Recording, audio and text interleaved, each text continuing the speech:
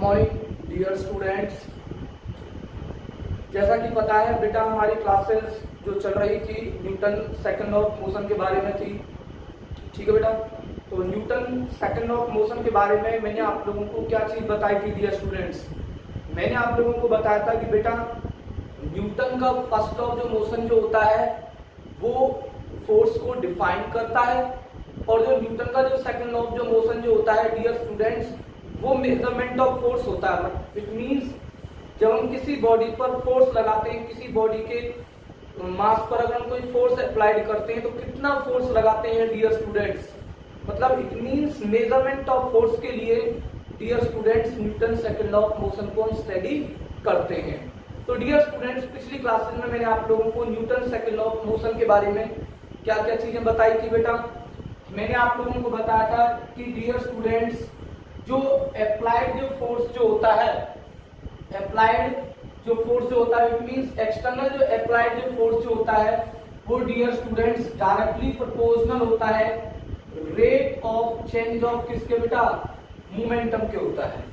ठीक है, ये क्या डिनोट करता है डियर स्टूडेंट्स, d/dt। इसका मतलब है रेट ऑफ चेंज। किसका रेट ऑफ चेंज हो रहा है डियर स्टूडेंट्स, मोमेंटम का। क्योंकि मोमेंटम को मैं ऑलरेडी डिफाइन कर चुका हूं कि जो मोमेंटम जो होता है बेसिकली बेटा क्या होता है, मोमेंटम बेसिकली क्या होता है डियर स्टूडेंट्स, मोमेंटम होता है डियर स्टूडेंट्स मास इनटू में क्या होता है बेटा, वेलोसिटी होता है, मास इनटू में वेलोसिटी। अगर इस मोमेंटम का रेट ऑफ चेंज अगर हम निकालते हैं तो डियर स्टूडेंट जो rate of the change of the momentum जो निकल के आता है वो बेसिकली डायरेक्टली प्रोपोर्शनल होता है एक्सटर्नल अप्लाइड फोर्स के। ठीक है डियर स्टूडेंट्स, ठीक है बेटा। तो इसको जब मैंने एक्सपेंड करा था, जब इसको बेटा मैंने फॉर्मुलेट किया था तो एक फॉर्मूला कैलकुलेट होकर के आया था डियर स्टूडेंट्स हमारा F is equal to m into में क्या है बेटा, a। फॉर एग्जाम्पल मान लो ये कि बेटा हमारे पास में एक बॉडी है। ठीक है बेटा, अगर मैं इस बॉडी पर फोर्स F लगाता हूं तो फोर्स लगाने से डियर स्टूडेंट्स उसकी स्पीड चेंज होगी, वेलोसिटी चेंज होगी। अगर वेलोसिटी चेंज होगी dear students in given time t के अंदर तो डियर स्टूडेंट्स उस बॉडी के अंदर एक एक्सेलरेशन प्रोड्यूस होगा इस बॉडी के मास m के अंदर।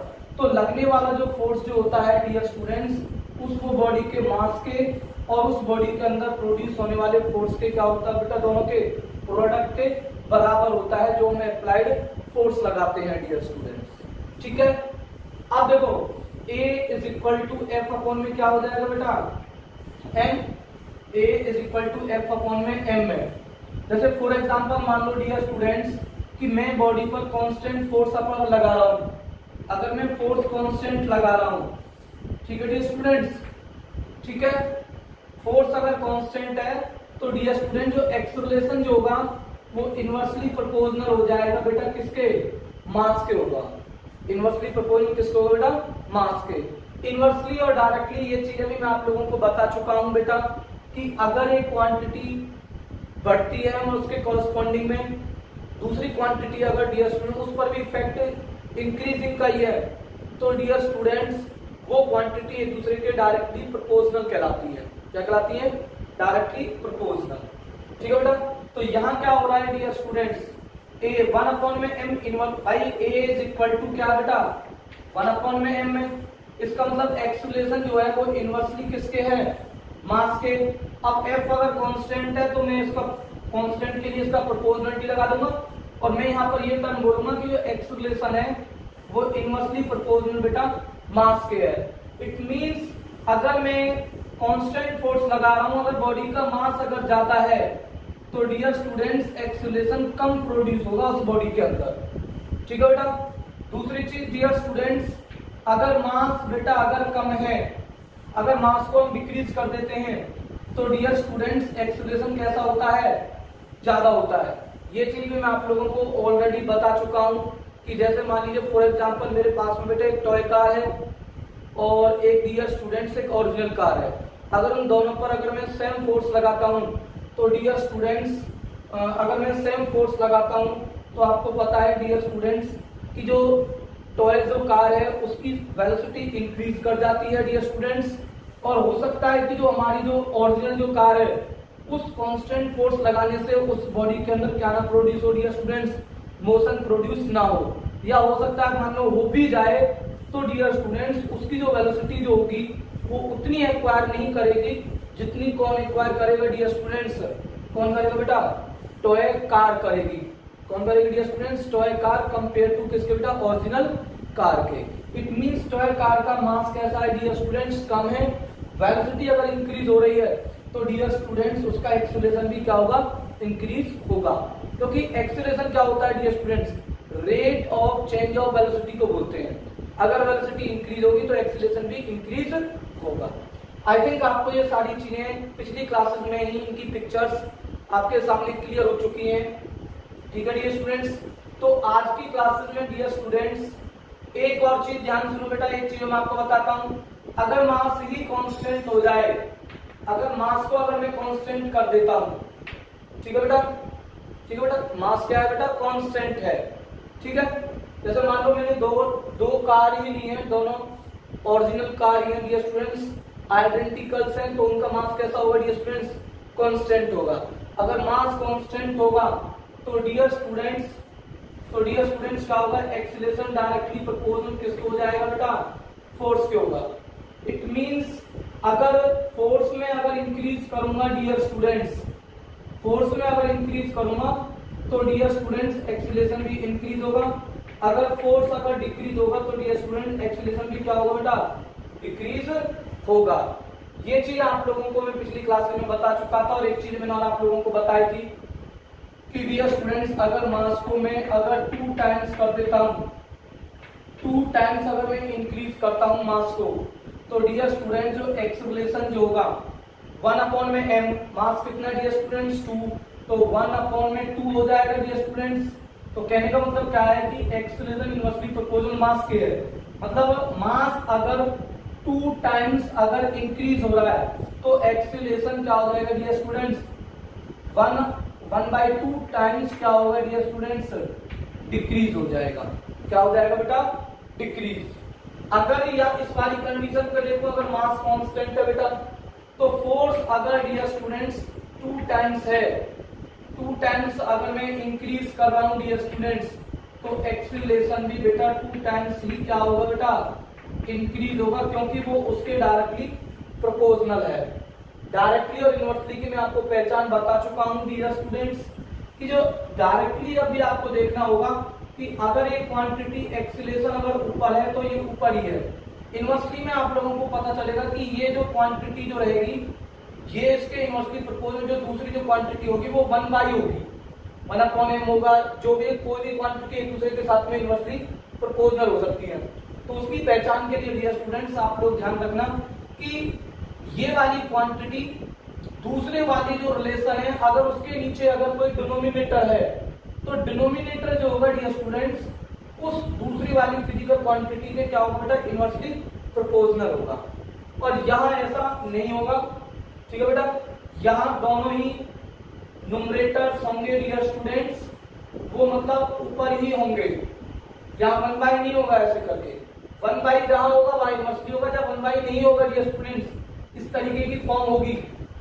ठीक है बेटा, तो वहां क्या होगा, जैसे फोर्स है, फोर्स डायरेक्टली प्रोपोर्शनल मास के है और फोर्स डायरेक्टली प्रोपोर्शनल किसके बेटा, एक्सेलरेशन के है।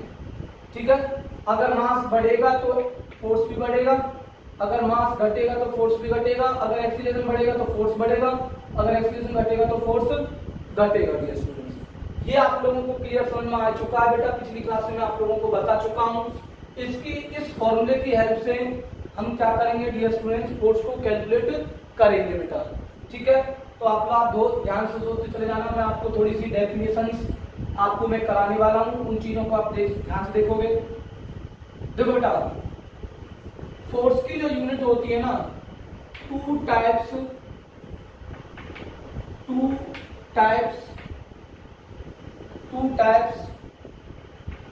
units of force, 2 types unit of force. The unit of force are 2 type बोल सकते हो।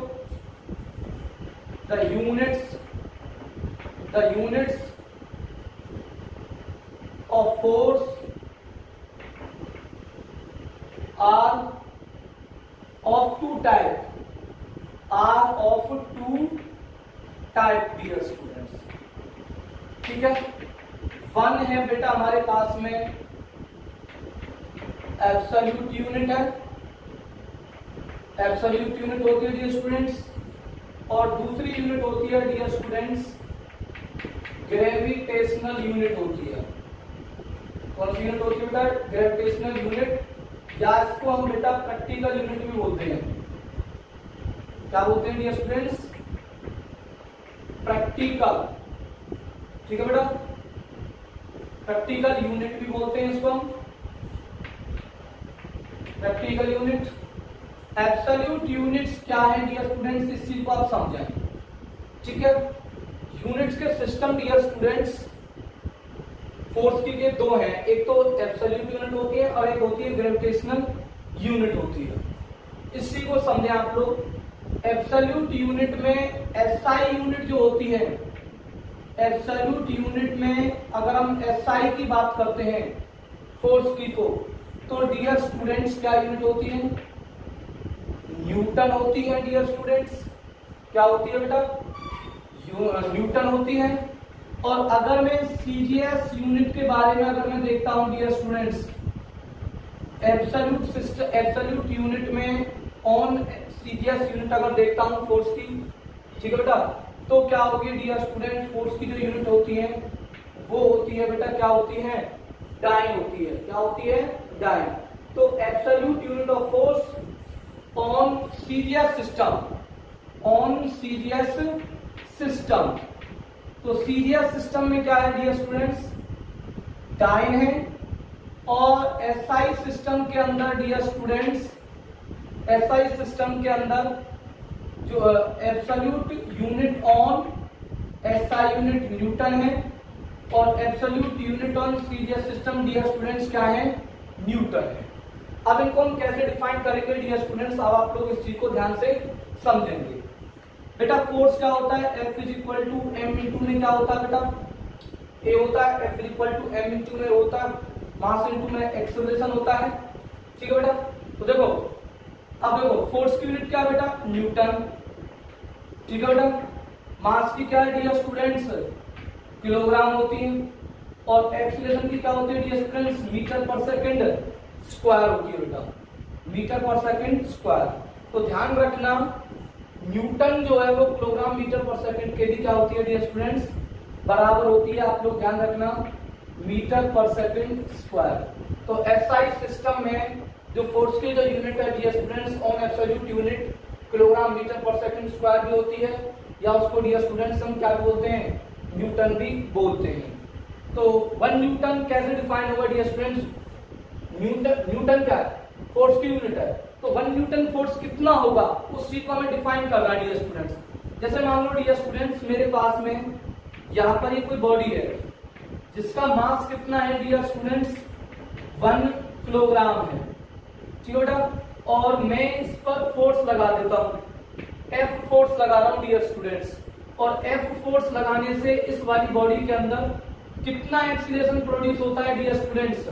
इस वाली बॉडी के अंदर जो एक्सीलरेशन जो प्रोड्यूस होता है वो 1 मीटर पर सेकंड स्क्वायर एक्सीलरेशन प्रोड्यूस होता है।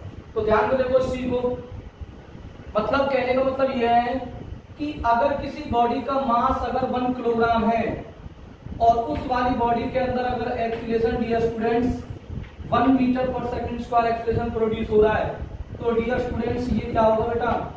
1 किलोग्राम मीटर पर सेकंड स्क्वायर, या हम इसको ऐसे बोल सकते हैं डियर स्टूडेंट्स 1 किलोग्राम मीटर पर सेकंड स्क्वायर किसके बराबर डियर स्टूडेंट्स? न्यूटन के। तो डियर स्टूडेंट्स 1 न्यूटन बराबर किसके होगा बेटा? 1 किलोग्राम इंटू में 1 मीटर पर सेकंड स्क्वायर। तो डियर स्टूडेंट्स आप लोग इस चीज को ध्यान रखेंगे कि force is set to be, force is set to be 1, force is set to be 1 newton. Force को हम 1 न्यूटन कब बोलेंगे डियर स्टूडेंट्स? फोर्स को डियर स्टूडेंट्स 1 न्यूटन तब बोलेंगे कि जब किसी बॉडी का मास अगर 1 किलोग्राम कंसीडर किया है और उस बॉडी के अंदर एक्सीलरेशन अगर डियर स्टूडेंट्स 1 मीटर पर सेकंड स्क्वायर है, तो डियर स्टूडेंट्स हमारा जो फोर्स जो होता है वो किसके बराबर होता है बेटा? 1 न्यूटन के बराबर होता है। किसके बराबर होता है डियर स्टूडेंट्स? 1 न्यूटन के। तो आप लोगों को समझ में आ गई ये चीज। दूसरा डियर स्टूडेंट्स, अगर मैं इस चीज को, अगर मैं डाइन को डिफाइन करता हूँ सीजीएस सिस्टम में, एब्सोल्यूट यूनिट क्या है डियर स्टूडेंट्स फोर्स की? Absolute unit on CGS system में डाइन है। डाइन मतलब क्या हो सकता है डियर स्टूडेंट्स? सीजीएस है। तो देखो F इज इक्वल टू क्या बेटा? M इंटू में क्या बेटा? A है। ठीक है, तो फोर्स क्या है? फोर्स की, अब देखो फोर्स की यूनिट अगर मैं निकालना चाहूं सीजीएस में, जी का मतलब क्या है? ग्राम। मास को किस में नापना है? ग्राम में। इनटू में डियर स्टूडेंट्स A एक्सीलरेशन है, एक्सीलरेशन मीटर पर सेकंड स्क्वायर है, उसी केस में C4 सेंटीमीटर पर सेकंड स्क्वायर। तो ध्यान रखेंगे डियर स्टूडेंट्स कि जो हमारा जो सीजीएस सिस्टम में एब्सोल्यूट यूनिट जो होती है किसकी बेटा? फोर्स की, वो न्यूटन डाइन भी हो सकती है, न्यूटन नहीं डाइन भी हो सकती है, या इसको हम बोल सकते हैं डियर स्टूडेंट्स ग्राम सेंटीमीटर पर सेकंड स्क्वायर को बोलते हैं डियर स्टूडेंट्स, ग्राम सेंटीमीटर पर सेकंड स्क्वायर भी बोलते हैं। तो जरा हम one dyne magnitude of force को हम डिफाइन करते हैं। कैसे ये डिफाइन होगा? तो मान लो डियर स्टूडेंट्स, अगर किसी बॉडी का मास अगर 1 ग्राम है बेटा, और उस बॉडी के अंदर अगर एक्सीलरेशन प्रोड्यूस हो जाए 1 सेंटीमीटर पर सेकंड स्क्वायर एक्सीलरेशन प्रोड्यूस हो, जैसे मैंने पिछली बार 1 न्यूटन को डिफाइन करा था, ऐसे ही मैं इसको डिफाइन कर रहा हूँ। ठीक है बेटा, तो क्या आएगा डियर स्टूडेंट्स? तो किस तरीके से होगा? मास इनटू में एक्सीलरेशन, तो F is equal to mass 1 gram into acceleration 1 centimetre पर सेकंड स्क्वायर बेटा। ठीक है, तो ये क्या हो जाएगा? F is equal to 1 into 1 gram, क्या आ जाएगा बेटा? 1 ग्राम सेंटीमीटर पर सेकंड स्क्वायर। और आप लोगों को पता है कि ग्राम सेंटीमीटर पर सेकंड स्क्वायर किसके बराबर है बेटा? डाइन के बराबर है। तो फोर्स बराबर किसको हो जाएगा बेटा? 1 डाइन के बराबर होगा। फोर्स किसके बराबर होगा डियर स्टूडेंट्स? 1 डाइन के। इट मींस फोर्स को हम 1 डाइन कब बोलेंगे डियर स्टूडेंट्स? जब किसी बॉडी के मास अगर उस बॉडी का 1 ग्राम हो और उस पर अगर हम फोर्स लगा रहे हैं इस तरीके से कि उस बॉडी के अंदर जो एक्सीलरेशन है डियर स्टूडेंट्स वो 1 सेंटीमीटर पर सेकंड स्क्वायर एक्सीलरेशन अगर प्रोड्यूस हो रहा है, तो डियर स्टूडेंट लगने वाला जो फोर्स का जो मैग्नीट्यूड होगा वो 1 डाइन के क्या होगा डियर स्टूडेंट्स? बराबर होगा। मतलब अगर हम किसी बॉडी पर अगर हम फोर्स लगा रहे हैं, अगर हम किसी बॉडी का मास अगर 1 किलोग्राम है, उस बॉडी पर हम फोर्स लगा रहे हैं, उसके अंदर कितना एक्सीलरेशन प्रोड्यूस हो बेटा? 1 मीटर पर सेकंड स्क्वायर अगर एक्सीलरेशन प्रोड्यूस हो, तो डियर स्टूडेंट्स फोर्स किसके बराबर होता है? 1 न्यूटन के बराबर होता है। और अगर किसी बॉडी का मास अगर 1 ग्राम है और उसके अंदर एक्सीलरेशन 1 सेंटीमीटर पर सेकंड स्क्वायर अगर एक्सीलरेशन प्रोड्यूस हो रहा है, तो डियर स्टूडेंट जो मैग्नीट्यूड ऑफ द फोर्स जो होगा वो 1 डाइन के क्या होगा बेटा? बराबर होगा। अब जरा देख लेते हैं इनके बीच में एक दूसरे से क्या रिलेशन है, इनके बीच में रिलेशन क्या निकल सकता है। ठीक है बेटा, तो रिलेशन देखो ध्यान से, क्या रिलेशन होगा? क्या रिलेशन होगा बेटा? देखो relation between newton and dyne, newton and dyne मतलब newton SI system, absolute unit on SI unit, absolute unit on CGS system में रिलेशन क्या है? इट मींस न्यूटन और डाइन के बीच में क्या रिलेशन है, ये हमें कैलकुलेट करना है, ये देखना है। जैसे फोर्स इज इक्वल टू क्या होता है बेटा? एम इंटू में क्या बेटा? ए के बराबर होता है। ये भी हमने पढ़ा था कि जो फोर्स जो होता है वो प्रोडक्ट होता है मास एंड एक्सीलरेशन के। किसको होता है बेटा? मास एंड एक्सीलरेशन के। तो देखो अगर किसी बॉडी का अगर मास 1 किलोग्राम अगर मैं मान रहा हूं और एक्सीलरेशन अगर 1 मीटर पर सेकंड स्क्वायर है, ठीक है डियर स्टूडेंट्स, तो फोर्स क्या हो जाएगा? फोर्स मैंने अभी बताया था 1 न्यूटन बराबर में 1 किलोग्राम इंटू में 1 मीटर पर सेकंड स्क्वायर हो जाएगा बेटा।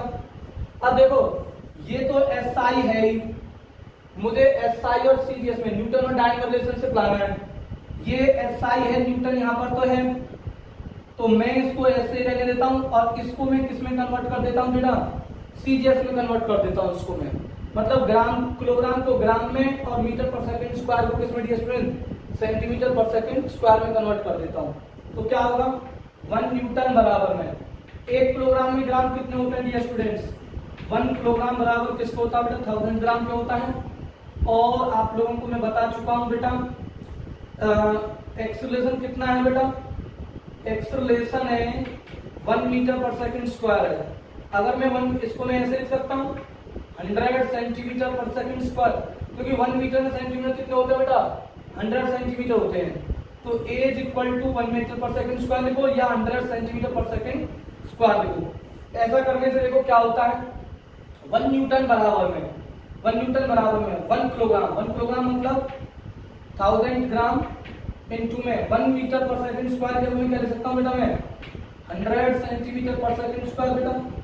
तो 1 न्यूटन इज इक्वल टू 10 की पावर 1 2 3 10 की पावर 3।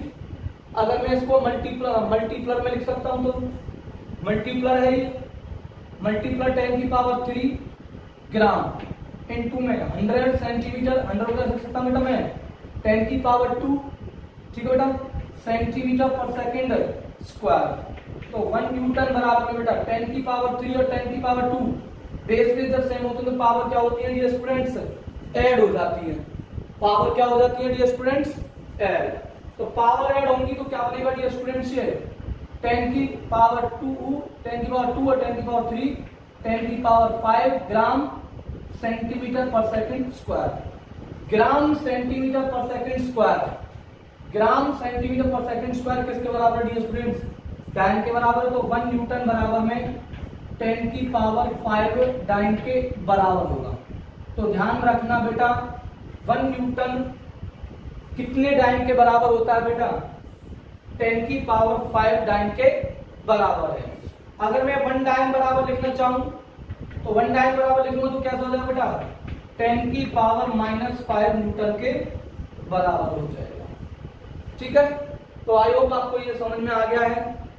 ठीक है, मतलब F equal to m into में मास को 1 किलोग्राम, एक्सीलरेशन 1 मीटर पर second square, 1 newton force 1 newton किसके बराबर होगा 1 किलोग्राम इंटू 1 मीटर पर सेकंड स्क्वायर। इस किलोग्राम को ग्राम में ले गया और 1 मीटर पर सेकंड स्क्वायर को सेंटीमीटर पर सेकंड स्क्वायर में लेगा। 10 की पावर 3 10 की पावर 2 10 की पावर 5 ग्राम सेंटीमीटर पर सेकंड स्क्वायर किसके बराबर डाइन के बराबर। तो 1 न्यूटन बराबर 10 की पावर 5 डाइन के बराबर है डियर स्टूडेंट्स। तो 1 डाइन बराबर 10 की पावर -5 न्यूटन के बराबर होता है। तो ये तो हमने बात करी एब्सोल्यूट यूनिट की बात करी ऑन एसआई सिस्टम में और ऑन सीजीएस सिस्टम के अंदर। अब हम बात करने वाले हैं डियर स्टूडेंट्स ग्रेविटेशनल यूनिट और प्रैक्टिकल यूनिट के बारे में हम डिस्कस करेंगे। तो ये कैसे डिफाइन होंगी डियर स्टूडेंट्स, अब आप लोग इस चीज को ध्यान से सुनेंगे जो मैं आपको बता रहा हूं बेटा। ठीक है, देखो प्रैक्टिकल यूनिट और ग्रेविटेशनल यूनिट। देखो जब हम किसी बॉडी को, मान लो मेरे पास में कोई बॉडी है, तो अगर मैं इस वाली बॉडी को अगर मैं रिलीज करता हूं डियर स्टूडेंट्स किसी हाइट से अगर मैं ड्रॉप करता हूं तो डियर स्टूडेंट्स इस पर क्या लगेगा बेटा एक ग्रेविटेशनल फोर्स लगेगा डियर स्टूडेंट्स। क्या लगेगा डियर स्टूडेंट ग्रेविटेशनल फोर्स लगेगा। ठीक है, अब ग्रेविटेशनल जब फोर्स लगता है ना डियर स्टूडेंट्स तो आप लोग ध्यान रखोगे जब भी किसी बॉडी को किसी हाइट से ड्रॉप करोगे तो बेटा उस वाली बॉडी के अंदर ग्रेविटेशनल फोर्स के द्वारा जो एक्सेलरेशन जो प्रोड्यूस जो होता है उसको हम ए से डिनोट ना करके हम उसे किससे डिनोट करेंगे बेटा जी से डिनोट करेंगे। और जी का मतलब होगा acceleration due to gravity, acceleration due to gravity, acceleration due to gravity बोलेंगे डियर स्टूडेंट्स। इसको मैं डिफाइन करूंगा थर्ड वाले चैप्टर में, नेक्स्ट चैप्टर आने वाला है वहां डिफाइन करूंगा। अब आप लोग इस चीज को जैसे मैं बता रहा हूं आपको समझना है। तो ग्रेविटेशनल फोर्स जब किसी बॉडी को किसी हाइट से क्या किया जाता है डियर स्टूडेंट्स ड्रॉप किया जाता है तो डियर स्टूडेंट्स एक्चुअली में होता क्या है कि वो एक्सेलरेशन जो होता है वो जी है और जो एक्सेलरेशन जो होता है डियर स्टूडेंट्स उसकी जो वैल्यू है ये बेटा कांस्टेंट है 9.8 होती है, ये 9.8 और मीटर पर सेकंड स्क्वायर होती है, मीटर पर सेकंड स्क्वायर। ठीक है बेटा, तो ग्रेविटेशनल यूनिट और प्रैक्टिकल यूनिट में ऑन एसआई सिस्टम के अंदर जो फोर्स की जो यूनिट जो होती है वो डियर स्टूडेंट्स किलोग्राम वेट के बराबर होती है। किलोग्राम वेट बोलते हैं डियर स्टूडेंट्स को, क्या बोलते हैं? किलोग्राम वेट, या इसको हम डियर स्टूडेंट्स और भी बोल देते हैं, इसको हम बोल देते हैं बेटा किलोग्राम फोर्स भी बोलते हैं। इसको हम क्या बोलते हैं? Kilogram force. अब ये किलोग्राम वेट क्या चीज है डियर स्टूडेंट्स? तो ये एसआई यूनिट है डियर स्टूडेंट्स, ये SI system, on SI system पर फोर्स की ये ग्रेविटेशनल यूनिट है। ठीक है, इसको हम कैसे डिफाइन करेंगे तो आप लोग ध्यान सुनेंगे इस चीज को। देखो बेटा, जैसे मान लो कि ये हमारे पास में कोई बॉडी है और इस वाली बॉडी का अगर मास डियर स्टूडेंट्स 1 किलोग्राम है, और डियर स्टूडेंट्स और इस वाली बॉडी के अंदर अगर 1 न्यूटन, अगर सॉरी 9.8 मीटर पर सेकंड स्क्वायर फोर्स एक्सीलरेशन उस बॉडी के अंदर प्रोड्यूस होता है, तो जो मैग्नीट्यूड ऑफ जो फोर्स होता है डियर स्टूडेंट्स किलोग्राम वेट के बराबर होता है। अब कुछ बच्चे कह रहे हैं कि सर किलोग्राम वेट क्यों बोल रहे हो? किलोग्राम वेट में इसलिए बोल रहा हूँ क्योंकि मैं आप लोगों को ये आगे चल के डिफाइन करवाऊंगा। क्या डिफाइन करवाऊंगा डियर स्टूडेंट्स? मैं आपको बताऊंगा कि F इज इक्वल टू, अभी बताया था मैंने आपको, M इंटू में A होता है। बट बेटा जब हम किसी बॉडी को किसी हाइट से ड्रॉप करते हैं तो उस वाली बॉडी जिसका मास M है, तो उसके अंदर जो एक्सीलरेशन जो प्रोड्यूस होता है वो ग्रेविटी के कारण होता है, उसको हम बोलते हैं, क्या बोलते हैं बेटा? G बोलते हैं। ये हमारी वेट ऑफ द बॉडी कहलाती है, इसको हम बोलते हैं weight of the body, that is क्या बेटा? W से इसको हम क्या करते हैं? डिनोट करते हैं। ठीक है, इसीलिए हम इस यूनिट को थोड़ा सा ऐसा बोलते हैं किलोग्राम वेट। क्या बोलते हैं भैया? क्या बोलते हैं बेटा? किलोग्राम वेट बोलते हैं। ठीक है, तो किलोग्राम वेट समझ में आया? किलोग्राम वेट क्या है कि ये कोई बॉडी है जिसका मास 1 किलोग्राम है। ठीक है बेटा, अगर मैं इस बॉडी को अगर किसी हाइट से अगर मैं ड्रॉप करूं, ठीक है डियर स्टूडेंट्स, तो अगर उस वाली बॉडी के अंदर ग्रेविटेशनल फोर्स से उस वाली बॉडी के अंदर डियर स्टूडेंट्स अगर एक्सीलरेशन 9.8 मीटर पर सेकंड स्क्वायर प्रोड्यूस हो रहा है, तो डियर स्टूडेंट वो जो फोर्स जो होगा वो 1 किलोग्राम वेट के बराबर होगा, या इसको हम बोलेंगे डियर स्टूडेंट्स 1 किलोग्राम F के ऐसे भी बोल देंगे इसको हम। और ये किसके बराबर होगा डियर स्टूडेंट्स? M इंटू में A, M इंटू में A, दैट इज क्या बोलेंगे डियर स्टूडेंट्स? इसको हम क्या बोलेंगे बेटा? मास कितना दिया हुआ है? 1 किलोग्राम इंटू में बेटा एक्सीलरेशन कितना प्रोड्यूस हो रहा है? एक्सीलरेशन मैं इसको G बोलूंगा, यहाँ पर G की वैल्यू कितनी है बेटा? 9.8 मीटर पर सेकंड स्क्वायर। तो देखो 9.8 किलोग्राम मीटर पर सेकंड स्क्वायर, तो किलोग्राम मीटर पर सेकंड स्क्वायर को मैं पहले डिफाइन कर चुका हूं। ये क्या है बेटा? न्यूटन है, तो 9.8 न्यूटन। तो ध्यान रखेंगे कि 1 किलोग्राम जो फोर्स जो होता है वो किसके बराबर होता है डियर स्टूडेंट्स? 9.8 न्यूटन के बराबर होगा। किसके बराबर होगा? 9.8 न्यूटन के बराबर। आई होप आपको ये चीजें समझ में आ रही हैं। इट मीन्स आप लोग ये चीज ध्यान रखोगे कि जब भी आप लोगों को न्यूमेरिकल कराए जाए तो न्यूमेरिकल आपको बेसिकली आपको फोर्स जो होगा वो न्यूटन में आपको करना है। ठीक है बेटा, अगर मास किलोग्राम में है और किसी बॉडी का अगर मैं फोर्स किलोग्राम वेट में दे रहा हूँ तो उसको आपको न्यूमेरिकल में करने के लिए आप लोगों को उसे न्यूटन बदलना पड़ेगा। तो ध्यान रखना 1 किलोग्राम फोर्स बराबर 9.8 न्यूटन के क्या होता है बेटा? बराबर होगा। किसके बराबर होगा? 9.8 न्यूटन के। अब देखो डियर स्टूडेंट्स, अब एक चीज ध्यान सुनो, अब मैं कराऊंगा आप लोगों को ग्रेविटेशनल यूनिट और प्रैक्टिकल यूनिट तो हो गई है। ठीक है बेटा, इसकी ऑन सीरियस सिस्टम में क्या होगी बेटा? इसकी सीरियस सिस्टम में इसकी यूनिट क्या होगी? कुछ नहीं है बेटा, सिंपल सा ही है, ये हो जाएगा बेटा ग्राम वेट होगा बेटा। क्या होगी? Gram weight. ग्राम वेट क्या है, सीजीएस सिस्टम में ग्रेविटेशनल यूनिट है किसकी बेटा, फोर्स की, ग्राम वेट। या इसको हम बोल सकते हैं डियर स्टूडेंट्स ग्राम फोर्स भी बोल सकते हैं, इसको ग्राम फोर्स भी बोल देते हैं। मतलब इसको तो दिया जाएगा GWT से डिनोट किया जाएगा और इसको रिप्रेजेंट कराएगा डियर स्टूडेंट्स GF से रिप्रेजेंट कराया जाएगा। दोनों एक ही चीजें हैं। मैं बता दिया फोर्स क्यों लगा रहा हूँ, वेट क्यों लगा रहा हूँ, आप लोगों को पता चल गया है, अभी पिछले उसमें बताया था इसमें।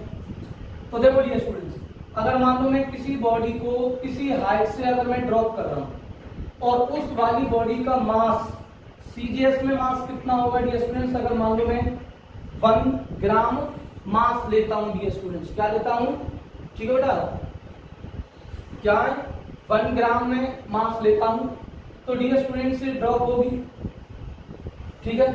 तो इस वाली बॉडी का अगर मैं इस वाली बॉडी को अगर मैं ड्रॉप करूंगा तो इस वाली बॉडी के अंदर डियर स्टूडेंट्स ग्रेविटेशनल फोर्स के कारण एक्सेलरेशन प्रोड्यूस होगा जिसको हम जी से डिनोट कर रहे थे। तो वहां 9.8 मीटर पर सेकंड स्क्वायर था। अगर मैं उसको सेंटीमीटर पर सेकंड स्क्वायर में लेकर जाऊंगा तो ये बन जाएगा डियर स्टूडेंट्स 980 सेंटीमीटर पर सेकंड स्क्वायर। तो ध्यान रखेंगे इस चीज को। तो 1 ग्राम फोर्स बराबर में या 1 ग्राम वेट फोर्स बराबर में 1 gram weight is the amount of force, is the amount of force, how much force. तो ध्यान सुनो इस चीज को, 1 gram F is equal to क्या होता है बेटा, m इंटू में a, मतलब m इंटू में a की वैल्यू किससे डिपेंड करानी है, g से। तो 1 GF is equal to mass 1 gram बेटा, g की वैल्यू कितनी 980 सेंटीमीटर पर सेकंड स्क्वायर। तो 1 GF is equal to 980 gram centimetre पर सेकंड स्क्वायर। तो 1 GF बराबर में बेटा 980 ग्राम सेंटीमीटर पर सेकंड स्क्वायर को मैं बता चुका हूं ये किसके बराबर होता है बेटा, डाइन के बराबर है। हालांकि मैं आप लोगों को बता देता हूं कि ग्रेविटेशनल यूनिट आपको याद रखनी नहीं है। हाँ, ये आप लोगों को नॉलेजेबल आपको फील कराएगा कि units of force are two types, one is the absolute unit. Absolute unit में एसआई यूनिट न्यूटन है, सीजीएस सिस्टम में क्या है बेटा, डाइन है। प्रैक्टिकल यूनिट की अगर हम बात करते हैं, प्रैक्टिकली जब हम फोर्स को मेजरमेंट करते हैं तो डियर स्टूडेंट्स ग्रेविटेशनल यूनिट्स हम यूज वहां पर हम करते हैं। तो एसआई सिस्टम में जो यूनिट होती है ग्रेविटेशनल यूनिट वो किलोग्राम वेट है और 1 किलोग्राम वेट 9.8 न्यूटन के बराबर है।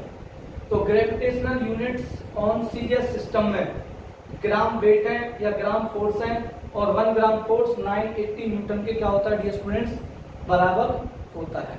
तो ये चीजें आई होप आपको ये समझ में आ गई हैं बेटा। थैंक यू सो मच बेटा वीडियो के लिए।